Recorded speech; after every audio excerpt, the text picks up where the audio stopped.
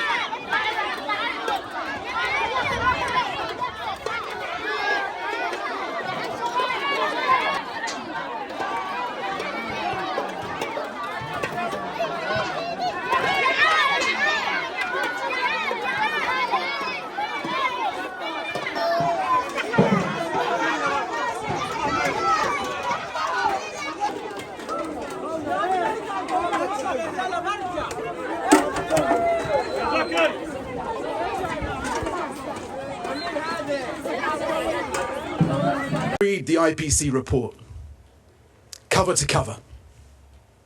Read it in sorrow and in anger. Not as words and numbers, but as names and lives. Be in no doubt that this is irrefutable testimony. It is a famine, the Gaza famine. It is a famine that we could have prevented if we had been allowed. Yet food stacks up at borders because of systematic obstruction by Israel. It is a famine within a few hundred meters of food in a fertile land. It is a famine that hits the most vulnerable first, each with a name, each with a story, that strips people of dignity before it strips them of life, that forces a parent to choose which child to feed, that forces people to risk their lives to seek food. It is a famine that we repeatedly warned of, but that the international media has not been allowed in to cover, to bear witness. It is a famine in 2025, a 21st century famine, watched over by drones and the most advanced military technology in history. It is a famine openly promoted by some Israeli leaders as a weapon of war. It is a famine on all of our watch. Everyone owns this. The Gaza famine is the world's famine. It is a famine that asks, but what did you do? A famine that will and must haunt us all. It is a predictable and a preventable famine. A famine caused by cruelty, justified by revenge, enabled by indifference, and sustained by complicity. It is a famine that must spur the world to more urgent action, that must shame the world to do better. It is a famine that therefore also asks, and what now will you do? My ask, my plea, my demand to Prime Minister Netanyahu and anyone who can reach him: enough. Ceasefire. Open the crossings, north and south, all of them. Let us get food and other supplies in, unimpeded, and at the massive scale required. End the retribution. It is too late for far too many, but not for everyone in Gaza. Enough. For humanity's sake, let us in. Thank you.